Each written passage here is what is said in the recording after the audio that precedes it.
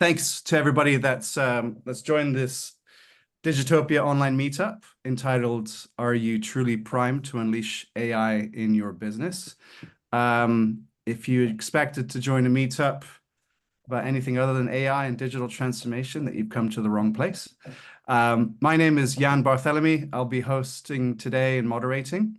If this is your first time joining us and you aren't aware of Digitopia, we're passionate about and committed to helping our customers and wider community to transform better.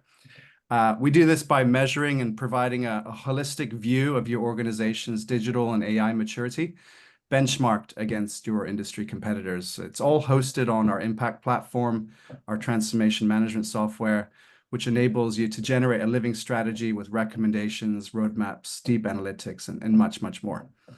Right, enough about Digitopia. Let's dive into the content that you've all been anticipating. But before I introduce our co-founder and subject matter expert, I'd like to get some interaction going with a couple of polling questions for you to answer. Can we get the first question up, please? So the first one, hopefully you see that on your screen. How confident are you in deploying and scaling AI in your company? Please submit your answers.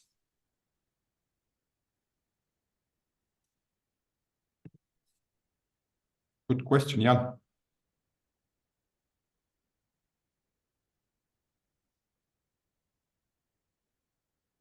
I can't see the results. Hopefully we'll be able to see these results very shortly.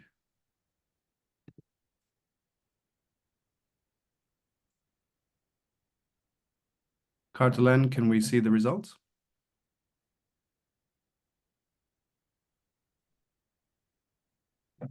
It's progress, probably. Still progressing. Everybody needs to answer.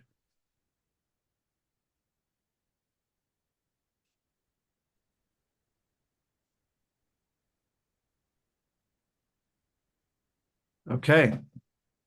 I don't know if everybody can see that, but hopefully everybody can. Obviously, we have quite a small group here, but it's still quite interesting that there's quite a wide range here.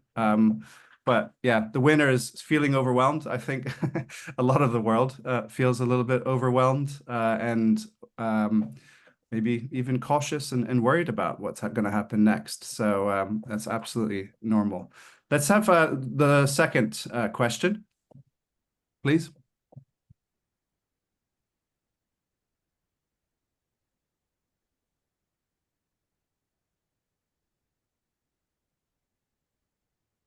Hopefully that's generating. Here we go. Management's expectations concerning AI and Gen AI are overinflated. Please answer.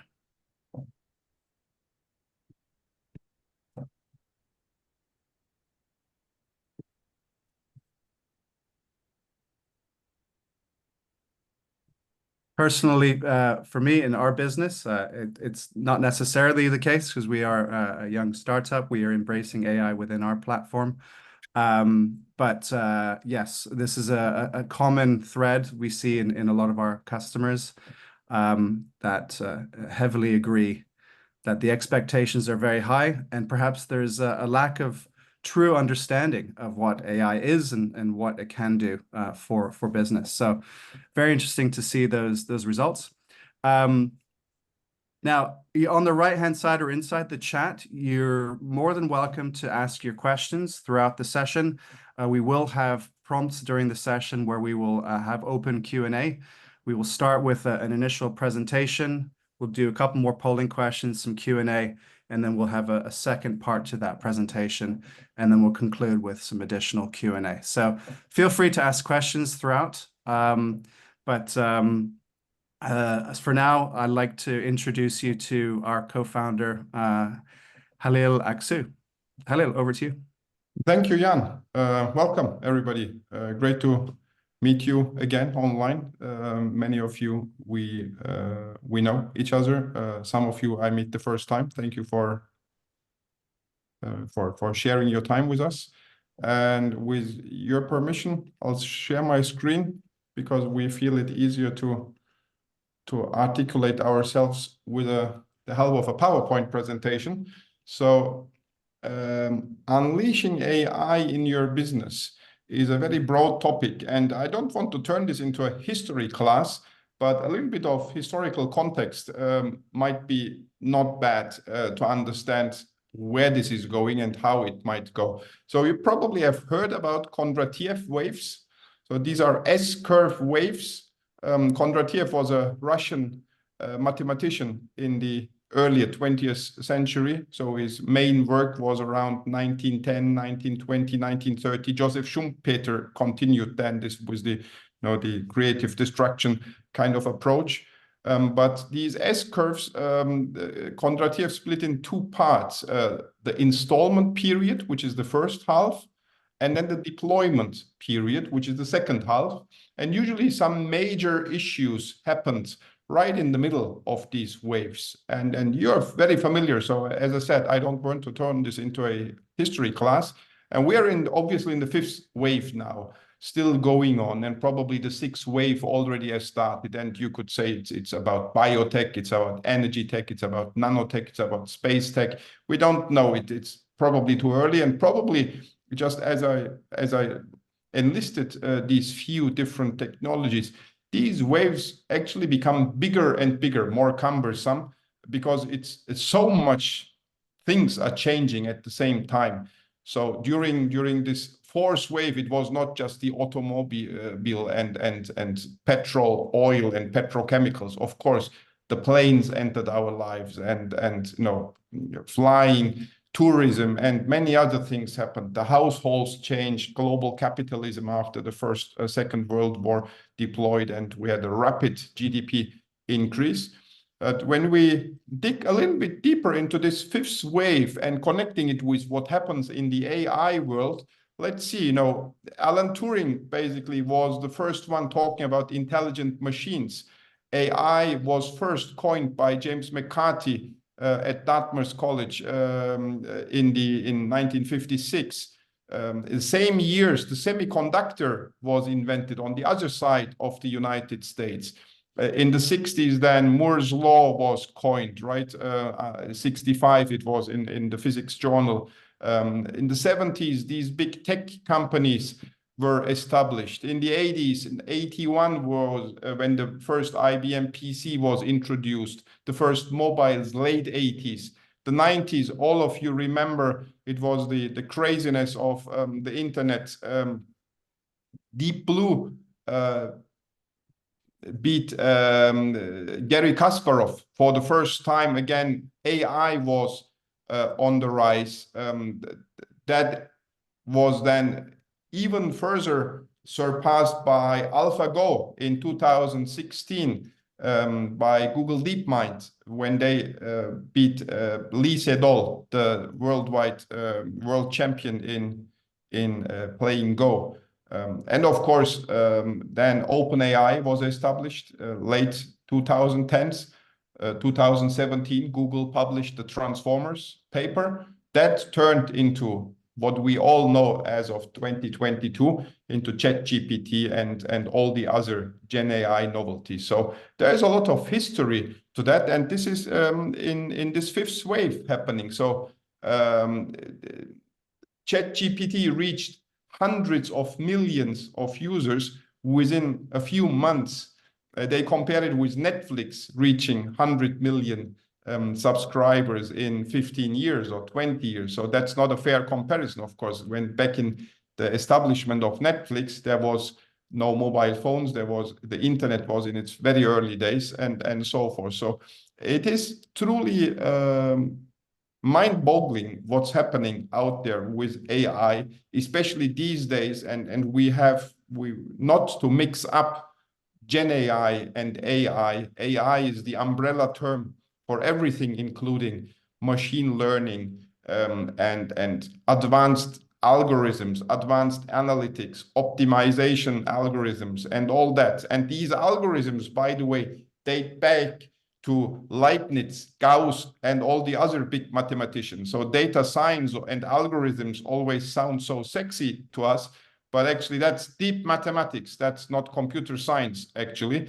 And most of them, still there are new algorithms discovered, of course, like transformers, like image processing, and now this multimodality for Gen AI tools, which are going beyond text only, and video, voice, and other modalities, to include them all and to make a better understanding of the world and the surrounding, especially for autonomous driving and spatial robots and everything. So when you listen to Jan LeCun, the head of Facebook AI, he talks about that probably a 6-year, 7-year-old kid is smarter than ChatGPT and has more information, literally more data in his brain than ChatGPT, GPT 4.0 has, because that's only text-based. And this little kid is, having during wake times both eyes open and is recording the whole world, and with the ears recording the whole world in high fidelity during all the wake times. So again, we will not drill into the details, technical details of AI, but it's truly fascinating. And we must know that this happened for the last 50, 60 years, basically almost 70 years. And now the time is ripe, because we have so much data digitally available. We have these GPUs, which turned NVIDIA for a few weeks into the world's most valuable company. Now they're number 3 again. They lost a little bit. It will change every day. I did a small poll on LinkedIn when investors or when people expect NVIDIA to reach 4 trillion in valuation, and said, the 60%, 60+% expected it in 24 or 25. So this year or next year, the expectation is that NVIDIA will continue to rise. They're not experts, of course. I'm not an expert, and nobody can predict the markets. Otherwise, we would not spend our time here on this screen, but would invest in the markets. But nonetheless, it's definitely, during the gold rush, most money the shovel sellers made. This is a famous joke, probably is true. And let's move on. So in the 40s and 50s and 60s, there was a machine for that. That was still from the early industrial age, basically, the washing machine, the dishwasher, and that machine and this machine, even the KitchenAid and so forth. In the 2000s, then, after the iPhone, basically, we said there's an app for that, right? For almost everything, there's millions of apps on the Play Store and the App Store.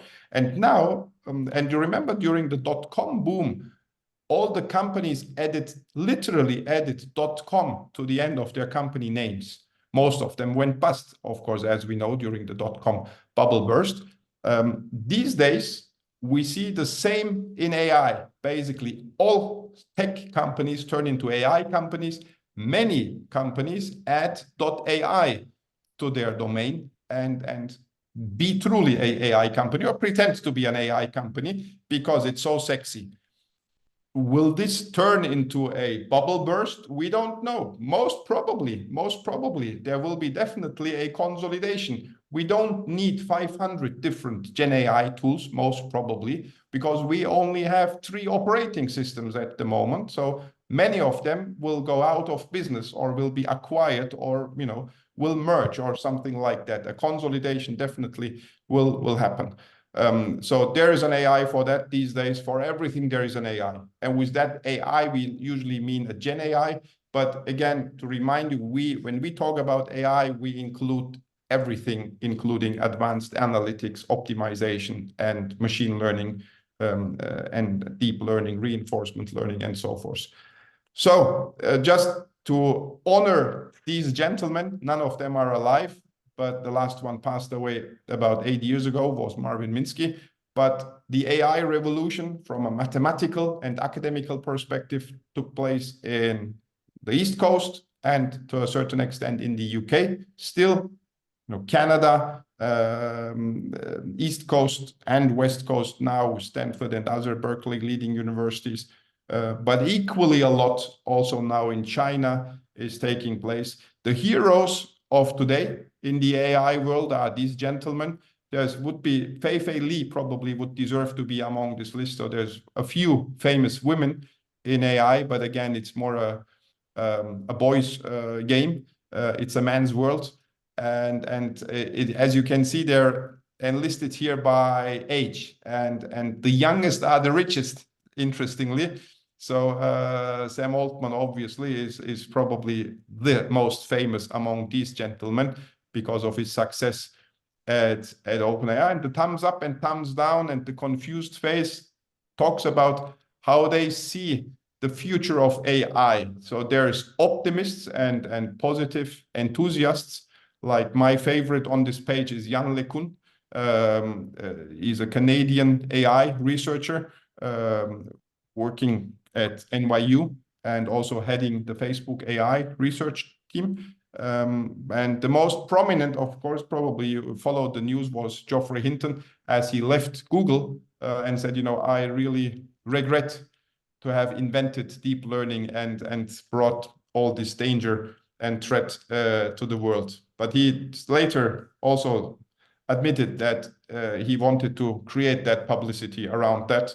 So he is investing in AI. He has a bunch of AI startups, and he's still working on deep learning and other important algorithms and approaches in AI.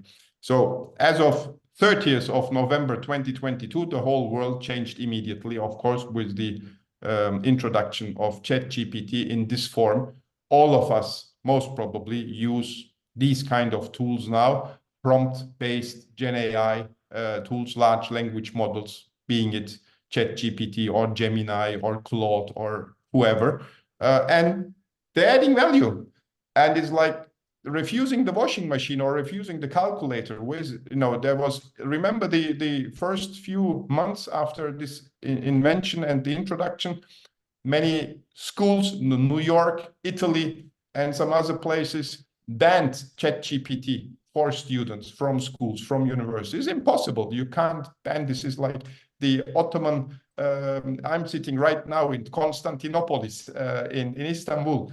So the scholars, the Islamic scholars, banned the printing press for 250 years. And that's why the Middle East is still in the shape the Middle East is, unfortunately. So enlightenment did not come to the Middle East yet fully in the extent like it shaped Europe and the human condition in Europe especially. So we all know you can't really forbid or ban these kind of technologies. I'm an ex-Gartner guy, so just to understand, and we asked you about the expectations, and I'm sure you're all familiar with the hype cycle. Just to remind you, a technology at the top of this cycle of this chart does not mean it's super advanced. It means the expectations are inflated. And this we asked you, and the outcome was as we expected. The expectations are mega inflated, the over, hyper, ultra inflated. And Gartner, because of that, for that single term, generative AI, created also a dedicated other hype cycle. And you see on the right-hand side of this chart, there is nothing mature yet. On the AI side, we have computer vision, we have intelligent applications, there's knowledge graphs, autonomous vehicles, cloud AI services. Now, a lot of things already quite mature, quite in production, but on the Gen AI side, enterprise use companies are confused. Shall we upload documents there? Shall we create our own LLMs? What kind of requirements, what kind of talents do we need? What kind of computing infrastructure? Which hyperscaler should we work with? It's only questions, almost no answers. And exactly because of that, and we'll talk about that in a minute, is why we are excited about helping organizations with our digital maturity index and the AI maturity index to understand what are the most practical use cases where this truly can be applied, and what do you need to succeed with that. Jan, over to you again. You're muted. Jan, you're muted. Indeed, I am. That's a term that people have said many times, I guess, since COVID. Apologies for that. Thanks for the intro, Halil. Appreciate that. eager to get a couple more polling questions up, and if there's any Q&A, please ask questions in the chat. Cardelan, if we could get the next polling question, eager to get that going. So, interested to know, a slightly different question is what your current biggest challenge is as transformation executives, IT executives. I think we all have a number of different challenges that keep us up at night, but interested to hear what the most prevalent one is. And if it's other, then feel free to share, raise your hand, or even put it in the chat.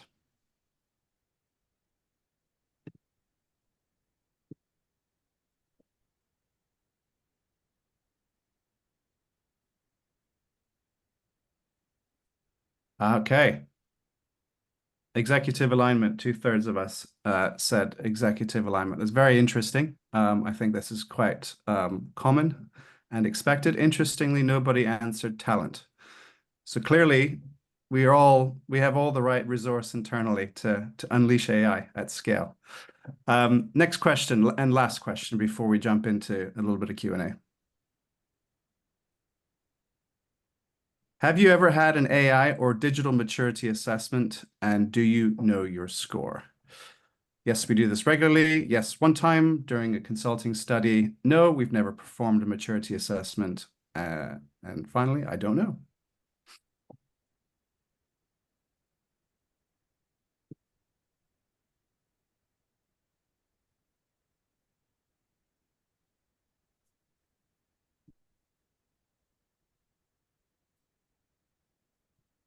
Okay.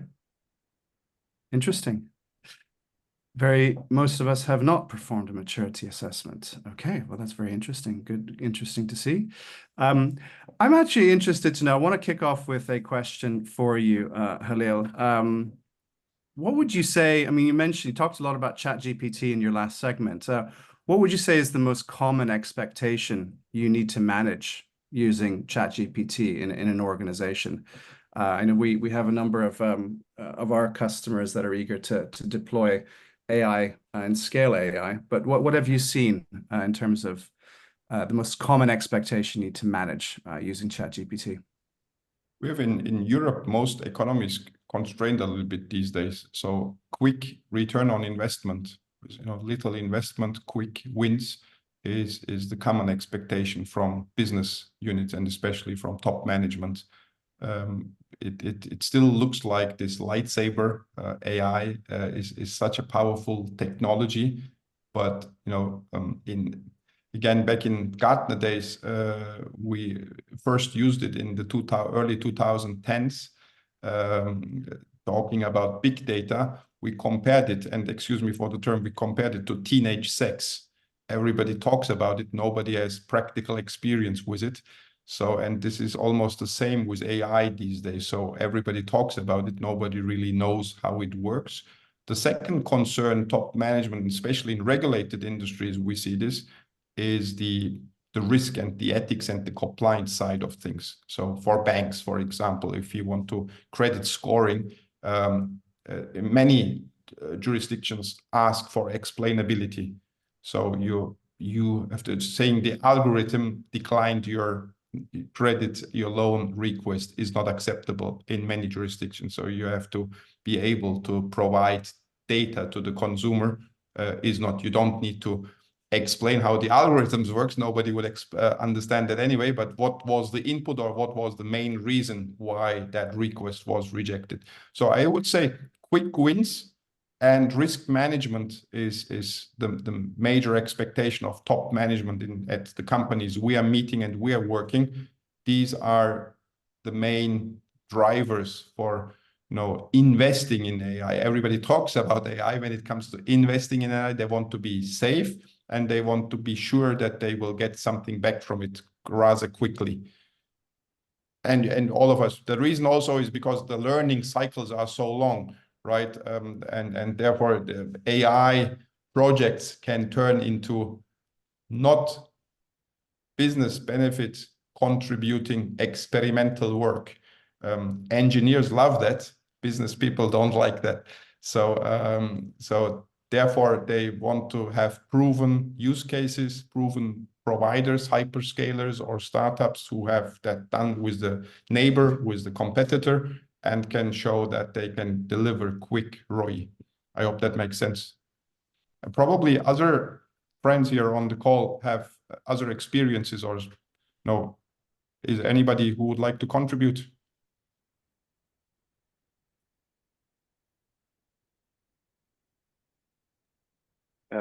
This is Don. Right now I'm at Citi.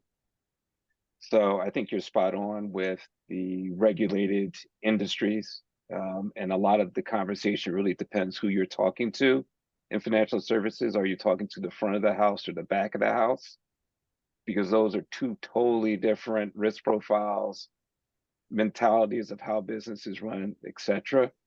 And I think it was the last polling question. I think that was actually a loaded question where you had, is it, talent? Is it executives? Is it other? Is it?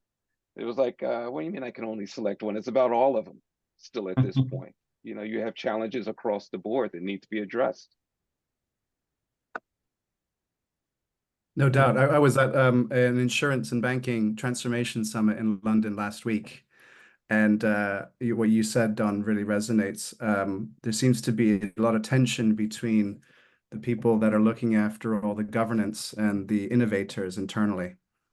And there are certainly risks, obviously some use cases with AI that have not worked, that have fallen flat, where the data governance has not been strong enough. And they've let the innovators go for it a little bit too much. So it's finding that balance. It seems to be that's the big conversation, particularly in financial services, where as you said, you're very regulated. Interesting. Halil, should we move to the next stage? Yeah, sure. Sharing my screen again. Moving on with the presentation. So we have a definition for digital transformation. It's the reimagining of all aspects of life by using digital capabilities for sustainable success. So digital transformation is a means to an end. The aim, the purpose is sustainable success, whatever that means for your organization, achieving your strategic objectives, basically. If you're NGO, you want to accomplish your mission. If you're business, you want to be more profitable, sustainably profitable, or more customer loyalty, and so forth. If you're a startup, scale up like us, you want to grow as fast as possible, and so forth. So you should know what the success factor is, and you should tie the digital transformation initiatives to those success factors. How did our personal lives digitally transform in the last 2-3 decades? Just remember your days at university, remember your days before the internet, before your first mobile phone, and compare it with today. Look into your house right now or in your office. There's more chips and more screens than human beings, including the animals. And the animals are tagged now with chips as well, your pets. Reading a book has changed. Amazon is selling more ebooks than regular books now. And that's good. Our grandchildren would, laugh at us saying, why you read the news from yesterday printed on paper and you cut woods for that and you transported those papers. I can read New York Times in Istanbul daily. Now that's crazy. That probably is not printed in New York. It's probably printed somewhere in Europe, but it still comes with the plane to me every morning. But luckily, I'm not reading it physically anymore. I'm reading it on my mobile phone now, and it all changed. Think about our voyages 15 years ago, thinking about which CDs we would take on our road trip to listen during the car drive. Right now you have Spotify and your car is connected and you're listening to and everybody in the car basically has their AirPods on and listening to their own music. It changed. And Spotify, you just not have the world's music in your palm. Spotify knows exactly what you're listening to. Last November, remember, at the end of November, early December, you received a personal email from Spotify saying, this was your year. and this is what you listen to. Would you like us to send you more of this kind? The same with Netflix, the same with payments, the same with ordering food or ordering groceries. We all adopted to this digital way of living because it provides, quality of living. It saves time. It's just like the washing machine. My favorite example for improvement of human condition is the washing machine. We don't spend time washing clothes anymore.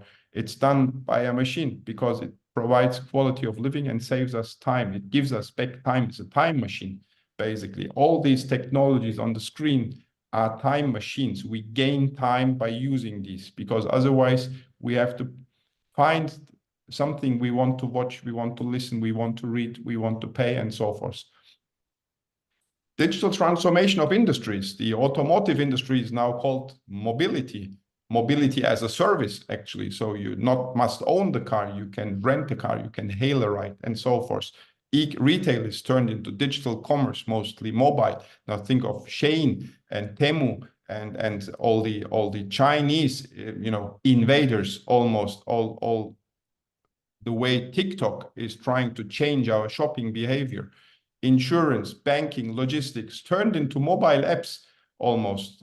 Truly, your policy turned into a driving assistant, into a well-being assistant. And the more data you provide, share with your insurer, the more incentives you get. You pay as you drive, pay how you drive, you pay as you're, running your fitness and providing your well-being information. And all the banks try to become financial advisors, robo-advisors, right? To help you with your personal finance management and gain more of your wallet share. So digital transformation took place in our personal lives. Industries are transforming. Everything is transforming. Three things are driving this. We call them digital superpowers.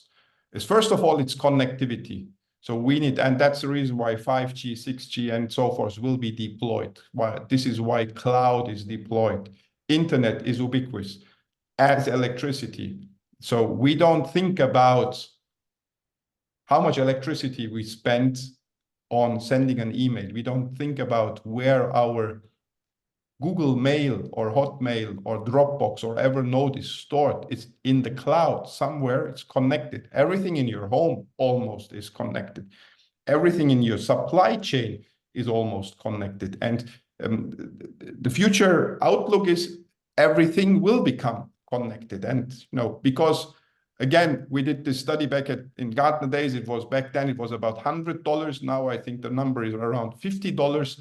Everything above $50, it's more feasible to make it connected rather than not connected, because the data you gain from anything connected, like your pallet, like your cargo, like the container, like anything in your factory, on your supply chain, in your store, will be connected. And everything connected is creating a lot of data. Some sensors every second, some IoT devices every minute, every hour, every day. But depending on the use case, depending where it sits in the process, how critical it is, you collect data. And with all that data, we make everything become intelligent. And this is beyond human programming capabilities. In the future, this will be mostly configured and programmed automatically with AI tools. So the second and currently the sexiest technology, so all that connectivity infrastructure technology is not so sexy anymore.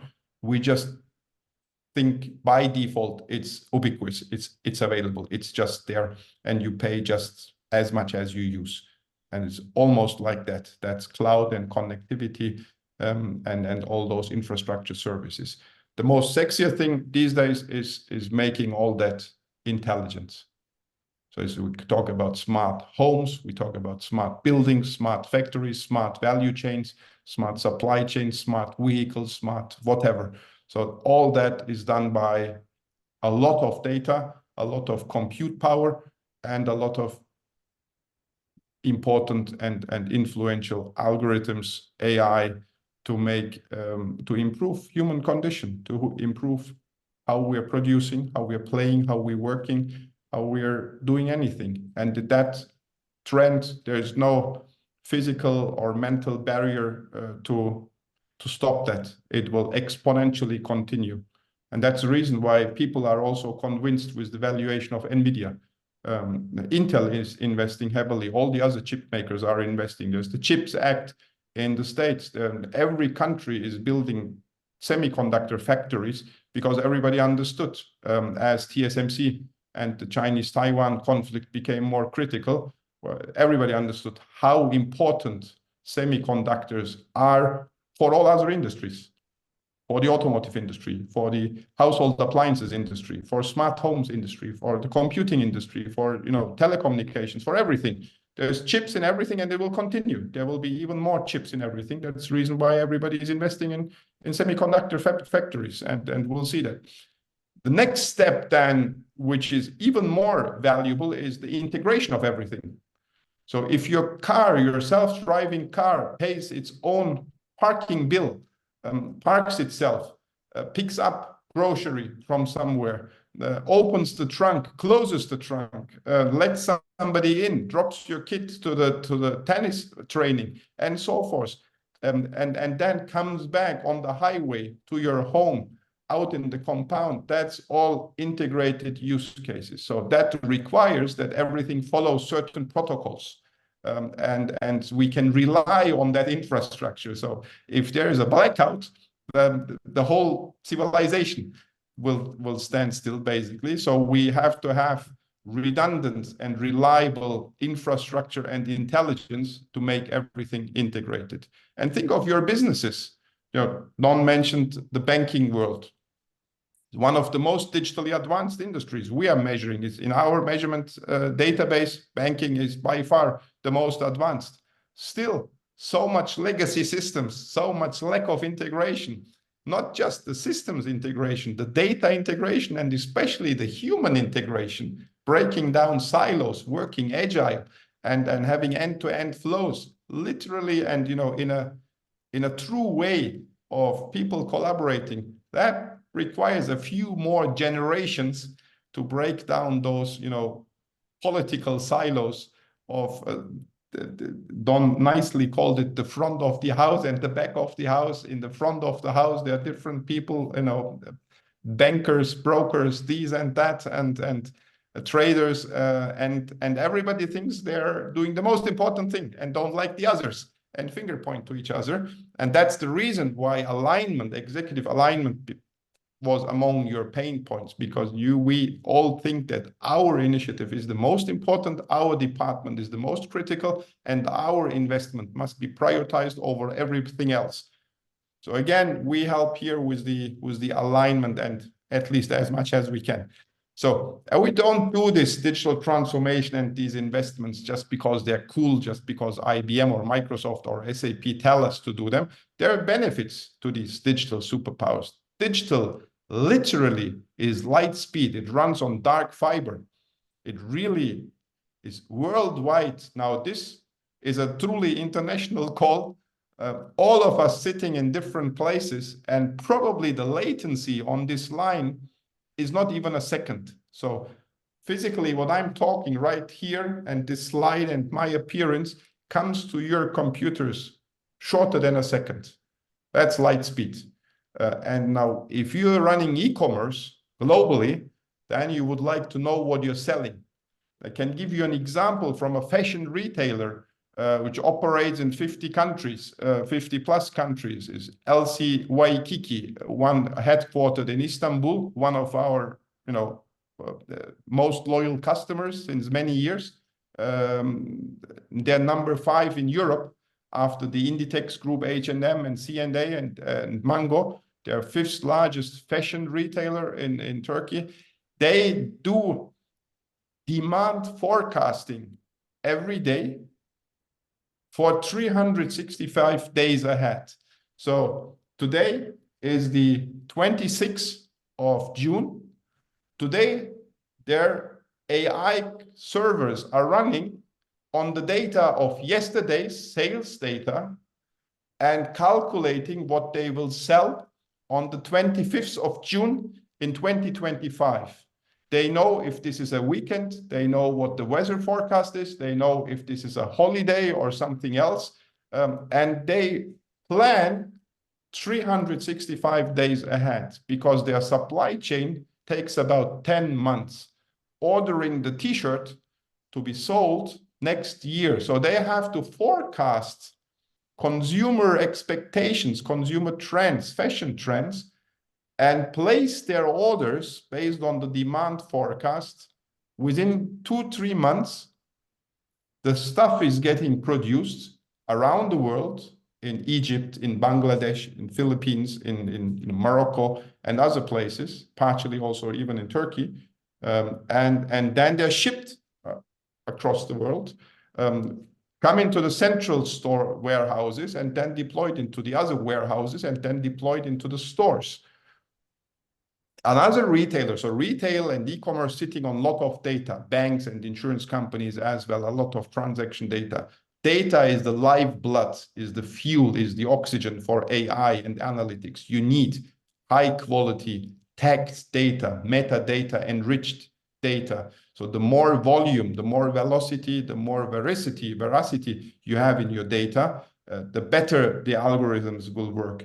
Another retailer, a grocery retailer with 13,000 stores in Turkey only, which is like the compatible version of Lidl or Aldi, hard discount as they call this category.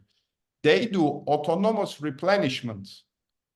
So all these improve your precision and add new value to your business. They do autonomous replenishment. So every store reports back what is sold and what they will sell in the next 3 to 5 days. And based on that, all the shelves are auto-filled, basically. So trucks deploy about, in the case of the fashion retailer, we're talking about 100,000 SKUs. In the case of the hard discount retailer, we're talking about 1,000 SKUs. So there's huge algorithms and huge systems running on billions of transactions every day to make our lives better, basically. So there's a lot of benefits for the businesses in running these things. So and we at a summit in May, we just were inspired by this scene from the X-Men movie. You might remember there's Quicksilver. This guy is running faster, or is almost light speed, running faster than time. So this scene actually takes place in real time, but this guy is really fast. So what would you do? That's this question here. What would you do if you could stop time? Where would you apply AI and light speed digital capabilities in your business to improve your customer situation, the customer experience, to advance operational excellence, to contribute to your business success?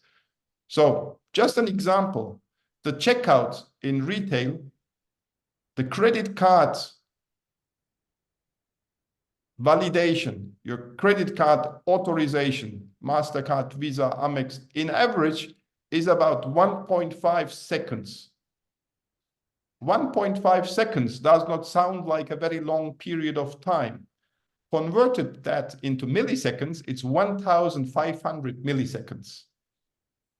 So if you can operate on milliseconds level, and if you one of your transaction, checking the loyalty program, checking fraud, checking AML, checking KFC, whatever, you have 1,500 milliseconds to operate anything without the customer even noticing, to improve your customer experience or do anything else beneficial to your business. And this happens, check-in, check-out on your supply chain, in your warehouse, on your shop floor, in all kinds of businesses. There are situations where we could do a lot on millisecond level, and digital truly is computing on that level. If you have the right systems stuck together, integrated, you can run literally light speed. Another, and we're running even workshops on this. What if you could stop time? This is an output of our measurement analysis, and this is how we are prioritizing our recommendations on this. You could run internal workshops in looking at different processes and understanding where you could apply digital capabilities and especially advanced analytics and AI or Gen AI.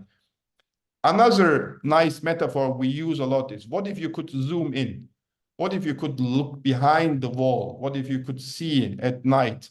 So this is Shibuya Crossing in Tokyo, as all of you know. So what if you could really know who these people are and why they're running around? What will be their next move? What you could offer them next? So what could you do to understand your consumer better? Again, in a shopping mall, if you could know through, and we're not talking here about GDPR compliance or not, but face recognition, image processing, loyalty cards, NFC, RFID, other means of technology to identify who Halil is, who Jan is, when they enter your store. What have they talked with your, especially if this is a known customer, then you should be able to analyze the whole history and the lifetime value of your customer. And again, retail is one of our favorite industries, but I can give you examples from all kinds of industries: manufacturing, automotive, insurance, banking, pharmaceuticals, and so forth. So these zooming in and looking at the very specific details of, if you have those details in your data warehouses or in your data lakes or in your analytical applications, then you can outcompete your competitor. Then you can provide the best possible customer experience. Then you can advance your operational excellence. And this is exactly what we're trying to help. And again, what is your superpower? When we talk about superpower, and we like speed a lot, velocity, this guy obviously is the fastest man on the planet. I think he still is, and this world record, I think, is still valid. So what is your superpower, and how can you apply it into your business use cases? And we would like, as Jan said, we are passionate about transformation success of our customers. Everybody is a transformation. So if you have named it or not, because the whole world around you is changing, you have to adapt. It's truly survival of the fittest, and you have to adapt. So if you name it a transformation or not, again, coming back from my Gartner experience, all the IT budgets are growing. There is only if you're doing miserable, only if you're truly in bad business conditions, you have to reduce IT spending. IT spending is considered muscle power and brain power. You want to cut on fat. If you go on a diet, you want to lose fat or something else. You don't want to lose muscles. You don't want to lose brain power and cognitive capabilities. So where would you like to cut? It was not IT. So we are mostly on the side of the IT heroes out there. So one of our favorite words again in our business is balance, basically. And what do you need to balance is how you can save time, on which initiatives you must focus, and what is your superpower, where can you apply that? And because of that, we created the Digital Maturity Index in the years 2017, 18. Ever since we applied this, we have more than 1,000 measurements in our database. This is probably among the top 5 benchmark databases out there in terms of digital maturity. More than 20 countries, more than 15 industries, and it grows exponentially. Basically, that's the reason why we invite people like yourself, why we partner with many of you and to try to help your customers and the customers of your customers. And we're working in B2B mode, in B2C mode, in B2B2B mode, and this is what we're truly experts on. So there is no other company on the planet who has dedicated its business to measuring the maturity of their customers and helping them to transform. Because AI is so popular these days and is the hottest thing in town, as of May, we launched, after doing this for, again, 1 or 2 years in the lab, collecting data on it and creating a very comprehensive structure. We created the AI Maturity Index. Again, the right-hand side is about the use cases. It's about the business applications, the customer side, the operation side, the administration, including financials, corporate performance, and human resources, and Gen AI, of course, how to apply Gen AI in these areas. And the left-hand side is more about what is required. We talked about the talents, we talked about governance, risk, ethics, compliance, and of course, still we must talk about technology, the tech stack, and the services and the quality and the AI ops of this being successful with AI deployment at scale, especially not just experimenting. So when we apply this, it turns into reports like this. So you get your current state, you get your target state, you see your details, you see where you would like to invest, you see how you compare against the benchmark. And then we go into recommendations. We call that the transform side of things. We prioritize these recommendations. We turn them into a roadmap. And there's a lot of more analytics. Jan talked about, the impact analytics. How does this translate into business performance gains and so forth? So with that, because I could talk for hours. So just a gentle reminder, especially for our friends in Europe. I know we have some guests here from the States and other places as well. But you're welcome to visit the beautiful city of London in September. 19th of September, we will run a physical Digitopia Impact meetup. Jan, you probably, if you want to add more to this, but feel free to scan the QR code and feel free to register. And thank you. With that, back to you, Jan. Thanks, Halil, for the plug for the event in London. Yeah, we're really trying to build a community, and we want to enable networking opportunities for transformation leaders to have conversations about this kind of stuff and compare notes. So we want to facilitate that as much as possible. So we're going to be running a kind of a full morning program on that day. I'm sure you'll get more information about that further down the line. We have 5 minutes left in the hour to cover off any Q&A, any thoughts, comments that you may have. We have a question from Ganesh in the chat. Would you like to elaborate on that, Ganesh? Sure. Yeah. First of all, great to meet everyone. And Halil, we recently got connected. I think last month I qualified the DMI certification. And thank you for Congratulations. I really enjoyed the course. It was very well structured. So now we are looking at many companies looking at AI maturity, right? First of all, even how to start a program. Many companies think they have AI, but they really don't have. So I really like that framework. So I was talking to some of my peers. They suggested I shared the link here. I don't know whether you heard about that. It's a AI assessment. There could be many in the industry. I don't know, but definitely we like to select one or two. And when I help the organization look at it holistically, that will translate to a roadmap and a strategic alignment with the executives.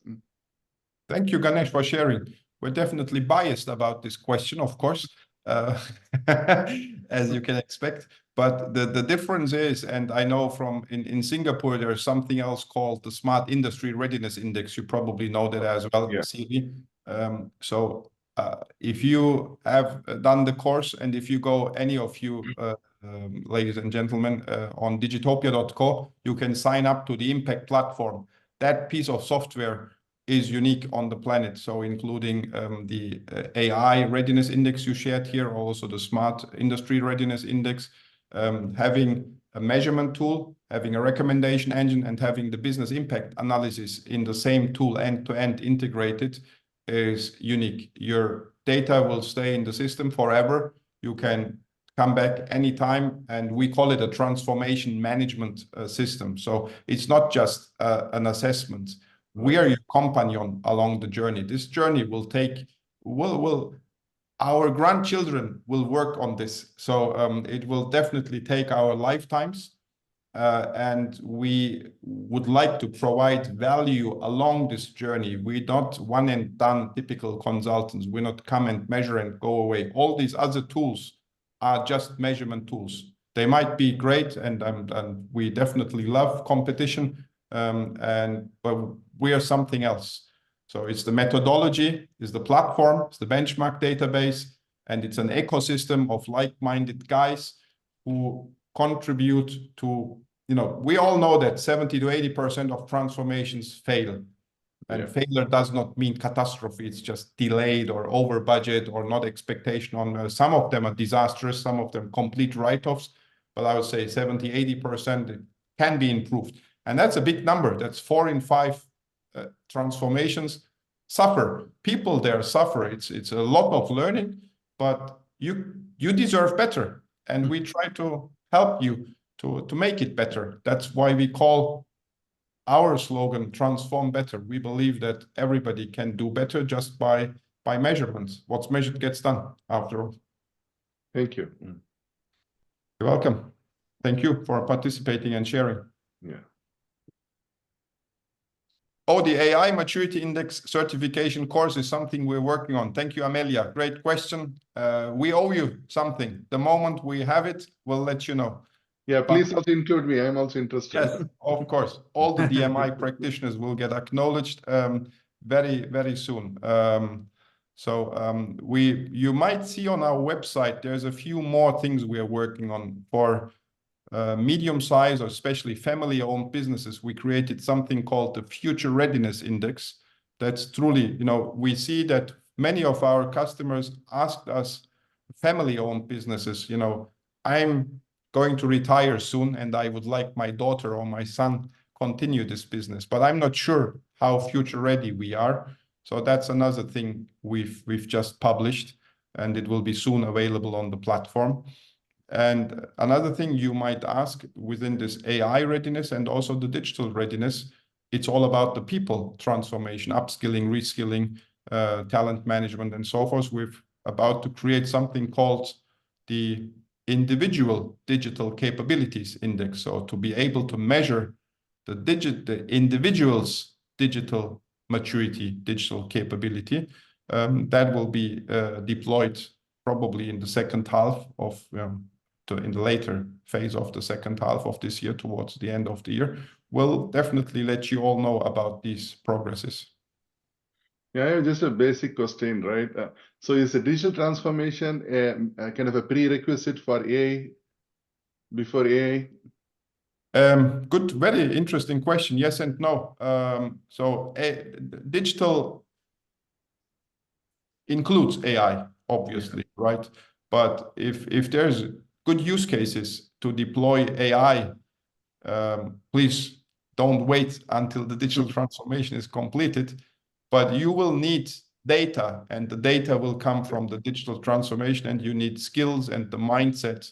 Otherwise, it's just an isolated Gen AI, a ChatGPT deployment for content creation, like getting your job postings, your job ads out created by Gen AI. That's not really AI deployment on scale, automated. So the integration, the data quality will come from digital maturity, and based on quality data, you can apply AI in different cases.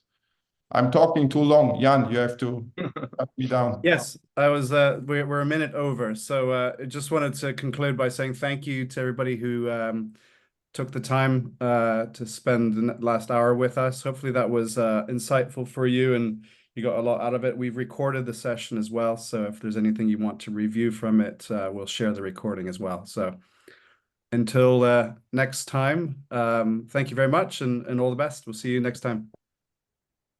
Cheers. Bye. Thank you. Bye.